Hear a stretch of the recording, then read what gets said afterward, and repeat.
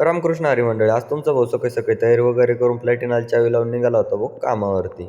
इथं राऊड घाटात आला तो, मोकर ट्रॉफिक होती भाऊ, गाड्याच गाड्या ना आज.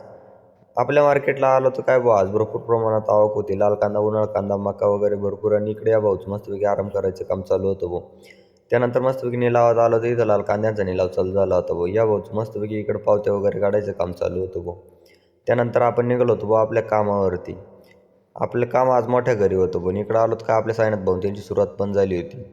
दणकेबाज चालू होतं भाऊ काम. आणि आज इथे इतकी गर्दी होती ना, दिवसभर डिलिव्हर मागायची हिंडायची भाऊ लोक सर्व. आणि इथं कांदे पण आपल्याला पातळ पातळ टाकायची होती भाऊ.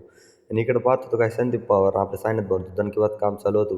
जेवढं महत्त्व कलेक्टरच्या साईला नाही, तेवढं महत्त्व आमच्या डिलिव्हर साहेबांच्या साईला आहे भाऊ. सही जर घेतली नाही तर पैसाच भेटत नाही भाऊ. विषयच कोल्ड आहे.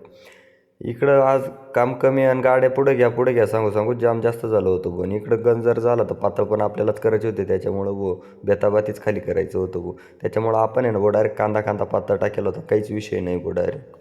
त्यानंतर मस्तपैकी भूक लागली म्हणून आपण डायरेक्ट फाट्यावरती निघालो होतो. फाट्यावरती आल्यानंतर मस्तपैकी नाश्ता वगैरे करून घेतला बोर्डवर.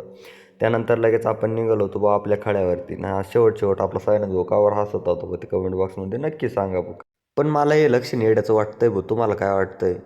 काम वगैरे आटपून आपण निघालो होतो आपल्या घरी. मित्रांनो, असेच नवनवीन ब्लॉग बघण्यासाठी तुमच्या भाऊला फॉलो नक्की करून घ्या. अपने पास जो चीज है ना वो दुनिया में किधर भी नहीं मिलती है, सिर्फ अपने इलाके के जंगल में मिलती है।